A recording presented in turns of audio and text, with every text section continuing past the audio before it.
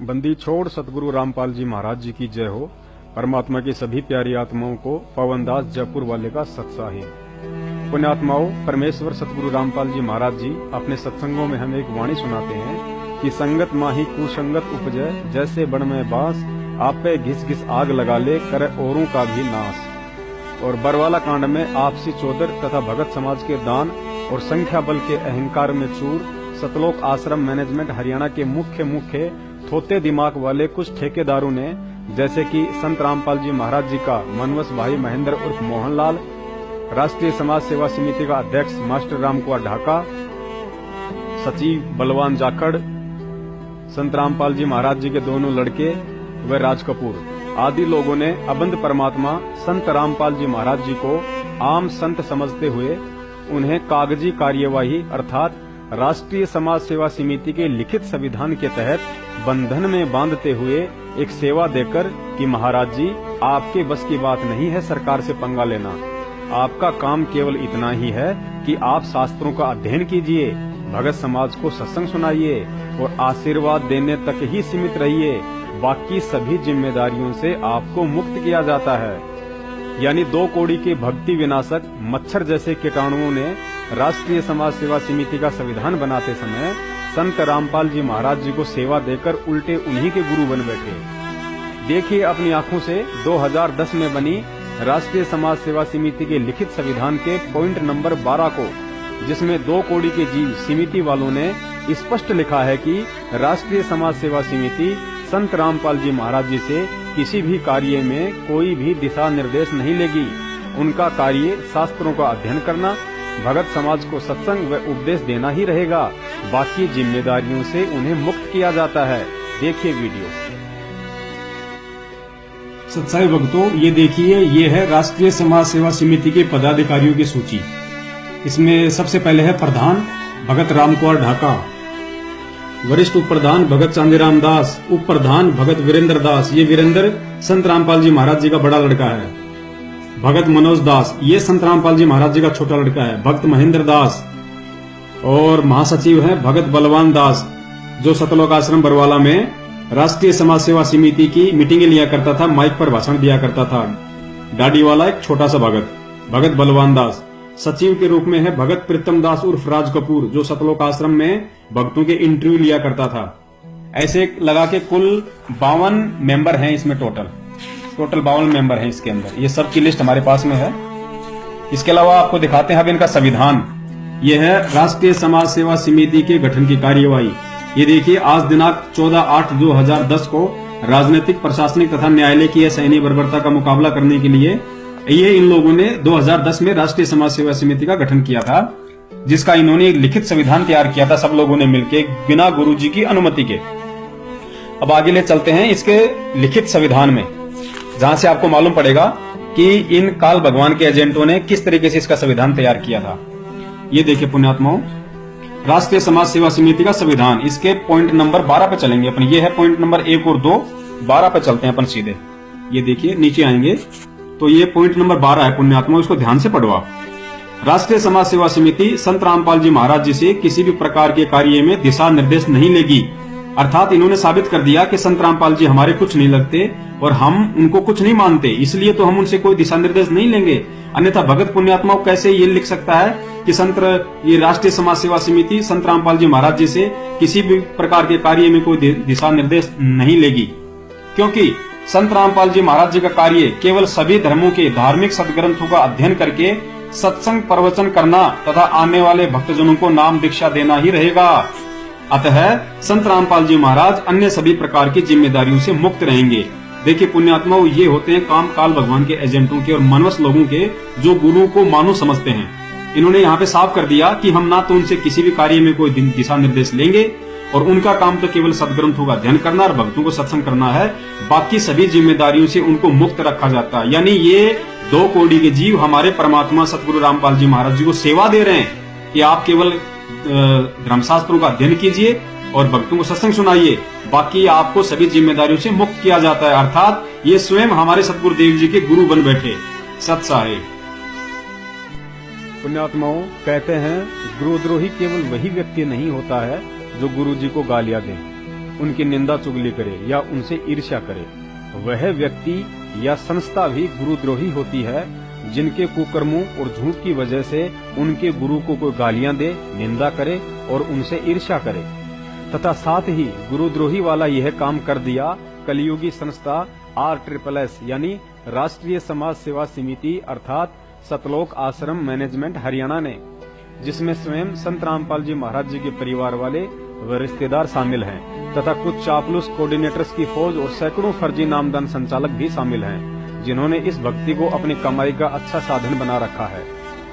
देखिए यह वीडियो, जिसको देखने के बाद प्रत्येक भगत का सर से झुक जाना चाहिए और उन दिनों को रोना चाहिए जो दिन हमने अज्ञानता में कुकर्मी सतलोक आश्रम मैनेजमेंट के बहकाव में जगह जगह इनके धरने, प्रदर्शन, रैलियों में जाकर, बेवजह इशार तारीखों पर जाकर तथा फर्जी नामदान केंद्रों पर दान, ज्योति व पाठ का चढ़ावा चढ़ाकर तथा गुरु आदेशों व भक्ति मर्यादाओं के विपरीत हरियाणा के जाट आंदोलन, राजस्थान के राजपूत आंदोलन, SC/ST वालों के दलित आंदोलन तथा हरियाणा रोडवेज कर्मचारियों की हड़ताल में समर्थन देकर बर्बाद कर डाले।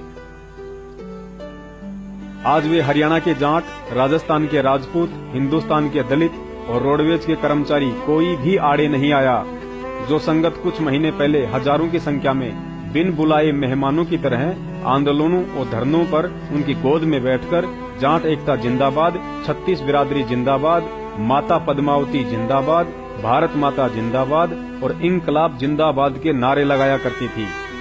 देखिए वह वीडियो जो आज से साल भर पहले राजस्थान के अजमेर जिले में राजपूत करनी सेना के कुपात्रों को भक्तों के दान का 5 लाख रुपया चेक के रूप में दिया गया था और जोधपुर के एक बुद्धिहीन कोऑर्डिनेटर LD यानी लक्ष्मण सिंह राजपूत द्वारा अनन्य भक्ति करने वाले भक्तों से राजपूतों की कुल देवी व माता पद्मावती के नारे लगवाकर सबका नाम खंडित करवा दिया गया था। और उसके बाद वह दूसरा वीडियो भी देखना ना भूलें, जब अजमेर रैली के 20 दिन बाद उसी राजपूत समाज ने हरियाणा के भिवानी में एक बड़े सम्मेलन का आयोजन किया था और उस सम्मेलन में 500 राजपूत तो 2000 संत रामपाल जी महाराज जी के भगत थे।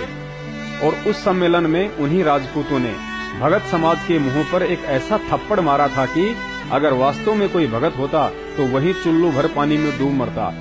क्योंकि उस सम्मेलन में जब एक भगत ने संत रामपाल जी महाराज जी का नारा लगाया तो राजपूतों ने उसके हाथ से माइक छीनकर धक्का मारकर स्टेज से नीचे उतार दिया और कहा कि यहाँ कोई भी व्यक्ति संत रामपाल जी महाराज जी का नारा नहीं लगाएगा।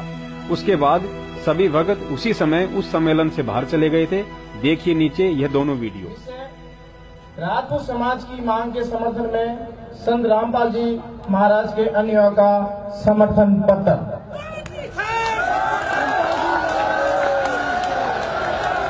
आदरणीय प्रधान जी, हम संत रामपाल जी महाराज के भारतवर्ष के लगभग 90 लाख अनुयायी हैं तथा संत रामपाल जी महाराज के ज्ञान के आधार से हम सबका उद्देश्य हो गया है कि समाज में फैली कुरीतियों को मिटाएं और सरकार द्वारा किसी भी धर्म, जाति के साथ हो रहे अन्याय वो अत्याचार तथा उनकी भावनाओं के खिलाफ हो रहे सरकार के कार्यों के खिलाफ संवैधानिक ढंग से संघर्ष करें।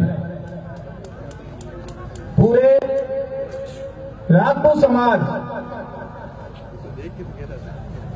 कौम के साथ खिलवाड़ करके फिल्म निर्माता ने पद्मावती फिल्म बनाकर पद्मावती के रोल को गलत ढंग से दर्शाया है, जिससे राजपूत समाज की इज्जत और भावना को ठेस पहुंची है।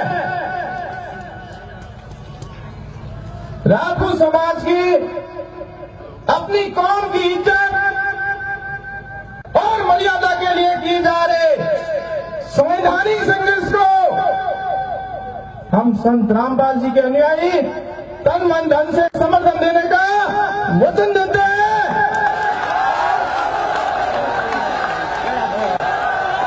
तथा उनकी मांगों का समर्थन करते हैं कि फिल्म पद्मावती को पूरी तरह से सभी जगह निषेध यानी बैन किया जाए तथा आनंद पाल जी के फर्जी एनकाउंटर की सीबीआई की जांच की जाए। अतः हम सब इस समर्थन पत्र द्वारा आपके साथ हर समय इकट्ठा रहने का और संघर्ष में साथ देने का वचन देते हैं। और ये समर्थन पत्र इसमें लिखा हुआ है वचन देते हैं, और वचन दे दिया तो फिर पीछे नहीं हटते हैं। वचन किसने दिया है? अन्याय के खिलाफ, अन्याय की लड़ाई के खिलाफ वचन दिया है। और कबीर साहिब जी ने कहा है, जननी ऐसा जने के दाता के सूर और के भगत। तो क्षत्रिय कुल में एक ऐसा सूरवीर पैदा हुआ है। सुना है नाम आपने? नहीं सुना है तो बता दो। वो सूरवीर अपने वचन का पक्का है, पीछे नहीं हटता है, अन्याय का विरोध करता है, और उसका नाम है दादा। नहीं समझे? उनका नाम है दादा सुखदेव सिंह गोगामणि। दादा सुखदेव, आप आगे बढ़ो,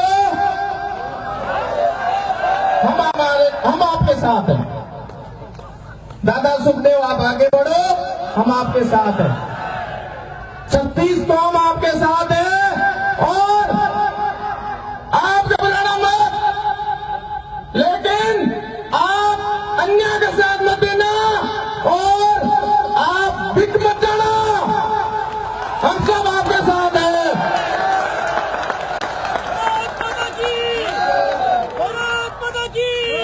और जितना मैं जानता हूं दादा सुखदेव सिंह जी को, वो सच्चाई के लिए लड़ रहे हैं। आनंद पाल सिंह जी की सीबीआई जांच की मांग कोई हम अवैधानिक तरीके से नहीं कर रहे हैं।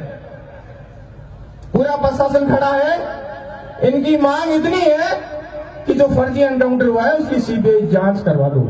और उसके लिए सरकार ने वादा किया था, जयपुर में सरकार ने वादा किया था, और उसके लिए भी मैं समर्थन पत्र लेके पहुंचा था। प्रेस कॉन्फ्रेंस में वो समर्थन पत्र हमने सौंपा था कि फर्जी एनकाउंटर की सीबीआई जांच का संत रामपाल जी के लाखों अनुयायी समर्थन करते हैं।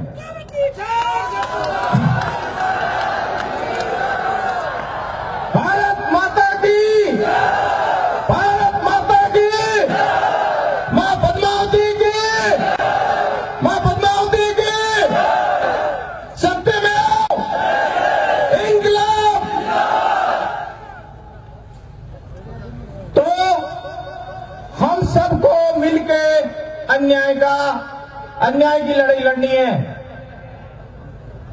प्रशासन के अंदर जो अधिकारी है वो भी हमारी तरह ही है, और जो आज मां पद्मावती फिल्म का विरोध कर रहे हैं, ये सब जनता नहीं, ये अधिकारी भी समर्थन करते हैं। क्यों?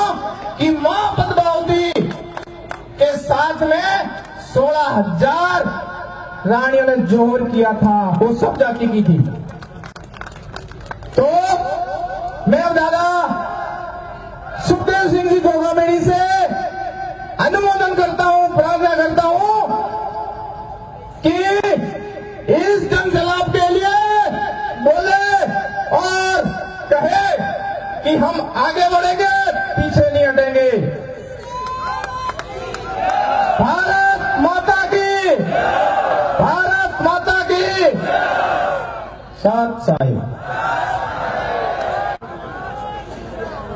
हमारे संत रामपाल जी के लाखों अनुयायियों द्वारा एक सहयोग की राशि दादा सुखदेव सिंह जी को भेंट कर रहे हैं। 5 लाख का सहयोग दादा सुखदेव जी को भेंट कर रहे हैं।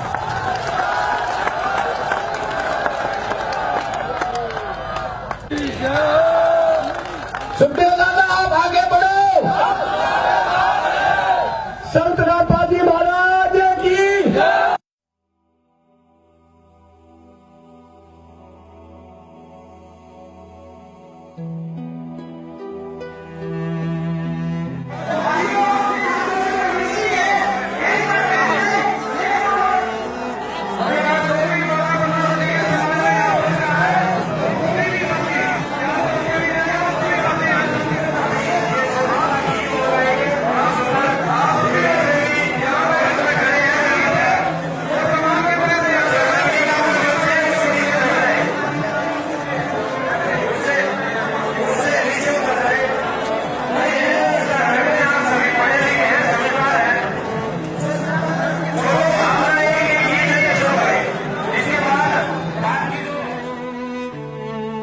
उपरोक्त दोनों वीडियो देखने के बाद अब सबसे बड़ा सवाल यह है कि संगत के द्वारा अपने गुरु के दामन पर लगवाया गया दाग अब कौन धुलवाएगा, क्योंकि सतलोक आश्रम मैनेजमेंट तो स्वयं दाग से सना हुआ है और संगत को हिसार पेशियों पर भेजकर दान पुण्य का पैसा कुपात्रों के हाथों में देकर तथा आगे आने वाले चुनावों में कांग्रेस सरकार को वोट डलवाकर गुरुजी के ज्ञान व दामन पर और अधिक दाग लगवाएगा।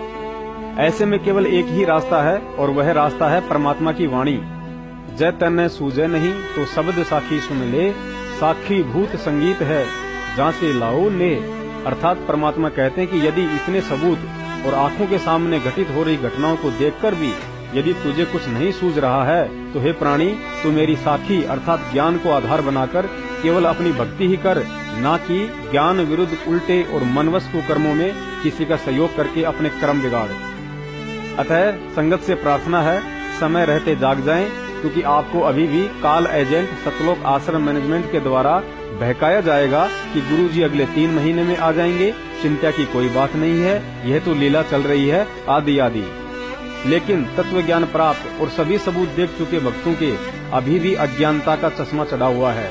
बरवाला कांड जैसी ज्ञान विरुद्ध घटना होने के बावजूद भी उन्हें लीला ही नजर आ रही है, जबकि संत रामपाल जी महाराज जी ने अपने बयानों में इस कांड का सीधा सीधा आरोपी सतलोक आश्रम मैनेजमेंट हरियाणा को बताया है।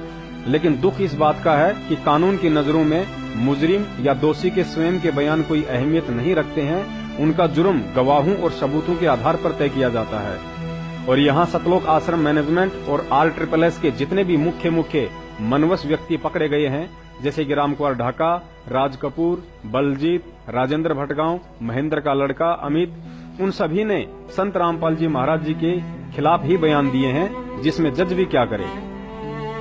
यहाँ लाखों की अंध संगत बिना आगा पीछा देखे सतलोक आश्रम मैनेजमेंट की आंखों से देखकर बस एक ही रट्टा लगा रही है कि इन 6 मौतों का जिम्मेदार पुलिस प्रशासन और हरियाणा की खट्टर सरकार है। लेकिन किसी ने यह सोचने की कोशिश नहीं की है कि आखिर कोर्ट और पुलिस की संत रामपाल जी महाराज और उन 6 आत्माओं से क्या दुश्मनी थी जो उन्हें जबरन मारते। 2006 मर्डर केस में 2008 में जमानत पर आए संत रामपाल जी महाराज जी से इन्हीं मैनेजमेंट वालों ने 2014 तक कुल 42 बार कोर्ट की अवमानना करवाई है, जिस कारण कोर्ट ने अंत में मजबूरन उनके गैर जमानती वारंट निकाले और पुलिस को सख्त आदेश दिया कि संत रामपाल जी महाराज जी को 19 नवंबर तक कोर्ट में पेश किया जाए। अगर सतलोक आश्रम मैनेजमेंट हरियाणा एक षड्यंत्र के तहत पुलिस की कार्यवाही में भोले भक्तों को गुरुजी के आदेशों की आड़ में बाधक नहीं बनाता, यदि बच्चों व महिलाओं को गुरुजी का नाम लेकर पुलिस के आगे ढाल नहीं बनाता, यदि संत रामपाल जी महाराज जी का छोटा लड़का मनोज हिसार एसपी को माइक से यह कहकर नहीं उकसाता कि एसपी अगर तेरी माँ का दूध पिया है तो आश्रम की दीवारों को हाथ लगाकर दिखा, तथा महेंद्र और राज कपूर पूरी दुनिया के सामने मीडिया के माध्यम से पुलिस को यह कहकर आश्रम पर अटैक करने के लिए मजबूर नहीं करते कि संत रामपाल जी महाराज आश्रम में नहीं हैं, हमने उन्हें स्वास्थ्य इलाज के लिए परसों ही किसी अच्छे हॉस्पिटल में शिफ्ट कर दिया है, तो पुलिस न ही तो इतनी बड़ी कार्यवाही करती और न ही उन 6 आत्माओं की अकारण मौत होती और न ही आज संत रामपाल जी महाराज जी को उम्र कैद की सजा होती। देखिए सारनाम प्राप्त महेंद्र और राज कपूर का यह वीडियो, जिसमें 20 साल से भक्ति का नाटक कर रहे भगत के नाम पर कलंक इन दोनों ने मीडिया के सामने इतना बड़ा झूठ बोला कि संत रामपाल जी महाराज आश्रम में नहीं है, जिनके इस झूठे बयान ने पुलिस अधिकारियों व जजों को सोचने पर मजबूर कर दिया कि जब संत रामपाल जी महाराज जी के बाद सतलोक आश्रम का दूसरा मुख्य ट्रस्टी उनका भाई महेंद्र स्वयं कह रहा है कि संत रामपाल जी महाराज आश्रम में नहीं है, तो जरूर दाल में कुछ काला है। और इस झूठे बयान ने पुलिस को आश्रम पर अटैक करने के लिए मजबूर कर दिया। संत रामपाल जी के भाई महेंद्र दास भी मौजूद हैं। इनसे जानेंगे, महेंद्र दास जी, अचानक से हालात काफी बिगड़ते नजर आ रहे हैं, तो ऐसे तो काफी नुकसान होने की आशंका है। ऐसा हम तो शांतिपूर्ण तरीके से बैठे हैं, अपने आश्रम के अंदर हैं और ये बल प्रयोग करना चाहते हैं, हमें नाजायज तंग कर रहे हैं। लेकिन आश्रम के लोग भी जैसे टकराव की स्थिति में नजर आ रहे हैं, तो क्या कोई बीच का रास्ता नहीं निकल सकता? बीच का तो यही है कि माननीय न्यायाधीश को चाहिए कि अपने पे विचार करे। हमको डकैत नहीं है, इतना बड़ा ये केस नहीं है, एक कोर्ट की अवमानना केस उन्होंने खुद बनाया और खुद सुन रहे हैं, इसमें न्याय की उम्मीद है। लेकिन जिस तरह से पुलिस कह रही है यहाँ तो गिरफ्तारी करनी पड़ेगी क्योंकि हाईकोर्ट के आदेश हैं, तो क्या संत रामपाल आत्मसमर्पण कर सकते हैं? अब वो यहाँ है ही नहीं, स्वास्थ्य इलाज करवा रहे हैं, बाहर गए हैं, उनको बाहर शिफ्ट कर दिया हमने परसों। लेकिन क्या वो आत्मसमर्पण करने के लिए तैयार हो जाएंगे? अगर हमारी हाई कोर्ट में बेल कैंसिल करते हैं तो नहीं होंगे, तो नाजायज बेल कैंसिल करने जा रहे हैं। आज उस पर सुनवाई है। अब उस केस का इस अवमानना से क्या लिंक था? ये अवमानना बनाई इसीलिए गई थी कि उस बेल कैंसिल करके अंदर ठोक दें। एक सबसे बड़ा सवाल यही है कि आपका कहना है कि संत रामपाल आश्रम के अंदर मौजूद नहीं है। अगर संत रामपाल आश्रम के अंदर मौजूद नहीं है तो क्यों फिर पुलिस को रोका जा रहा है? पुलिस अगर जाकर के चेक करती है संत रामपाल नहीं होंगे तो पुलिस वापस चली जाएगी। क्योंकि यहाँ कल एसडीएम ने और डीसी ने बताया, एसडीएम आदेश पड़ रहा था कि हमने इसको सील कर लिया है, नाजायज तरीके से सील करने के आदेश दिए, अपने आश्रम को नहीं छोड़े, आश्रम की सुरक्षा के लिए बैठे हैं अब। ठीक है जी, ओके। तो ये थे महेंद्र दास, संत रामपाल के भाई हैं और जो आश्रम के प्रवक्ता राज कपूर ने हमसे बात की। इनका कहना है कि आश्रम के लोग किसी भी हाल में पीछे नहीं हटेंगे, यानी कि अगर पुलिस आगे जाएगी तो इनका कहना है कि यह लोग अपनी जान तक देने के लिए तैयार हैं, यानी कि सीधा सीधा कह सकते हैं कि टकराव की स्थिति यहाँ पर पैदा हो।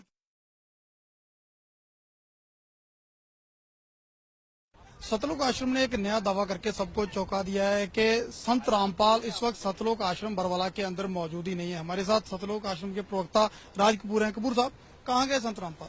सर, हमें उन्हें अच्छे इलाज के लिए, क्योंकि यहाँ पे डॉक्टर और दवाइयाँ नहीं आने दी जा रही प्रशासन की तरफ से, और बिजली पानी काट दिया है, तो उनको एक अच्छे मेडिकल की जरूरत थी, तो हमने उनको शिफ्ट कर दिया। कब किया गया उन्हें यहाँ से शिफ्ट और कहाँ किया गया? सर देखिए, ये तो मैं नहीं बता पाऊंगा कि कहाँ किया गया है, लेकिन कल रात को हमने शिफ्ट किया है। लेकिन पुलिस का दावा है कि कड़े सुरक्षा प्रबंध किए गए हैं, आसपास पूरे नाकाबंदी की हुई है, हर एक रास्ते को सील किया गया, आश्रम से आने और जाने वाले रास्तों को। तो ऐसे में इतने कड़े प्रबंधों के बीच कैसे संत रामपाल को यहाँ से शिफ्ट कर दिया गया? देखिए सर, पुलिस आने वाले को रोक रही है सॉरी, आने वालों को रोक रही है, जाने वालों को नहीं रोक रही पुलिस। नहीं, लेकिन जिसके लिए ये पूरे इंतजाम किए गए हैं, पूरी नाकाबंदी की गई है संत रामपाल की गिरफ्तारी के लिए, तो क्या संत रामपाल को तो बाहर जाने नहीं देगी इतनी आसानी से पुलिस? तो वो तो प्रशासन बताएगा सर, इसके बारे में क्या जवाब दे सकता हूँ, वो तो उनका काम है। लेकिन एकदम सुबह तक आपका बयान कुछ और था, एकदम से आप पलटे हैं कि संत रामपाल आश्रम में नहीं है। सुबह तक आपका कहना था कि वो वही है, यही है। नहीं, मैंने ये नहीं कहा सुबह तक यही है, हमने तो ये कहा था कि वो कोर्ट जाएंगे, और कोर्ट जाने में असमर्थ थे और इलाज की जरूरत थी, इसलिए हमने उनको शिफ्ट करना उचित समझा और हमने शिफ्ट कर दिया। अभी 21 नवंबर नेक्स्ट हियरिंग है, तो क्या उस 21 नवंबर को हाईकोर्ट के सामने पेश होंगे संत रामपाल? देखिए, मैं तो पहले से कहता आया हूँ कि यदि वो स्वस्थ होंगे तो जरूर पेश होंगे। ये थे सतलोक आश्रम के प्रवक्ता राज कपूर। इन्होंने दावा कर दिया है कि संत रामपाल आश्रम के अंदर मौजूद नहीं है, उन्हें किसी हॉस्पिटल में शिफ्ट कर दिया गया है, लेकिन कब, कैसे और कहां, इसका किसी भी सवाल का जवाब नहीं है। और इतनी कड़ी नाकाबंदी के बावजूद आखिर संत रामपाल कैसे इस आश्रम से बाहर ले जाएंगे, इसका जवाब शायद पुलिस प्रशासन के पास होगा। कैमरामैन सुमित क्लियर के साथ नृपिंदर सिंह ब्राड, एबीपी न्यूज, परवाला, हिसार। दूसरी बात, पुलिस की किसी भी भगत या संत रामपाल जी महाराज जी से कोई जाति दुश्मनी नहीं थी। पुलिस केवल कोर्ट के आदेश की पालना कर रही थी। जिस प्रकार गुरुजी के आदेश समझकर भक्तों ने साधु के लक्षण छोड़कर काले कपड़े पहनकर सिर पर कफन और हाथों में लठ और पत्थर पकड़ लिए थे। रही बात खट्टर सरकार की, तो आप जी को याद दिला देते हैं कि उस समय खट्टर सरकार को मात्र 1 महीना ही हुआ था हरियाणा की सत्ता संभाले, और हरियाणा के सीएम खट्टर ने काफी कोशिशें की थी कि किसी भी तरह यह कांड ना हो पाए, जिसके लिए खट्टर सरकार ने शांति वार्ता के लिए अपने प्रतिनिधि भी सतलोक आश्रम में संत रामपाल जी महाराज जी से बातचीत करने के लिए भेजे थे। लेकिन मैं पवन दास जयपुर वाला इस बात का चश्मदीद गवाह हूँ कि उस प्रतिनिधि को मनवस महेंद्र ने गुरुजी तक नहीं जाने दिया और मेन गेट पर ही खाली 2-4 मिनट तक बातचीत करके ही वापस भेज दिया। देखिए प्रमाण के लिए उस समय की यह अखबार की कटिंग, जिसमें स्पष्ट लिखा है कि सरकार ने बातचीत के लिए आश्रम में अपने प्रतिनिधि भेजे थे, लेकिन वार्ता सिरे नहीं चढ़ी।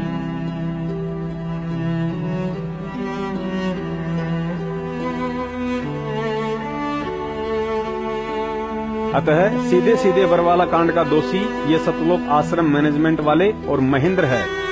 लेकिन एपी सिंह से लेकर किसी भी वकील ने इस बात को कोर्ट में नहीं रखा और पुलिस के सिर ही दोष मढ़ते रहे, क्योंकि उन्हें मोटी मोटी फीस भी तो सतलोक आश्रम मैनेजमेंट ही दे रहा था। आगे समझदार को इशारा ही काफी है। अधिक जानकारी के लिए 9 दिसंबर 2018 को मेरठ सम्मेलन में अवश्य आएं और गुरुद्रोही सतलोक आश्रम मैनेजमेंट को एक नया रुपया दान में देकर अपने पापक्रम ना बढ़ाएं, क्योंकि आज संगत के द्वारा मूर्खता में कुपात्रों को दिए गए लाखों करोड़ों रुपयों का ही नतीजा है कि संत रामपाल जी महाराज जी को उम्र कैद हुई है। और यदि देशद्रोह जैसे भारी मुकदमे में संत रामपाल जी महाराज जी को उम्र कैद से भी बड़ी कोई सजा दिलवाने का पक्का इरादा है, तो इन गद्दारों को जमकर पाठ ज्योति और दान का पैसा दीजिए, कांग्रेस को भी वोट दीजिए और हिसार तारीखों पर जाने से भी मत चूकना। सत साहेब।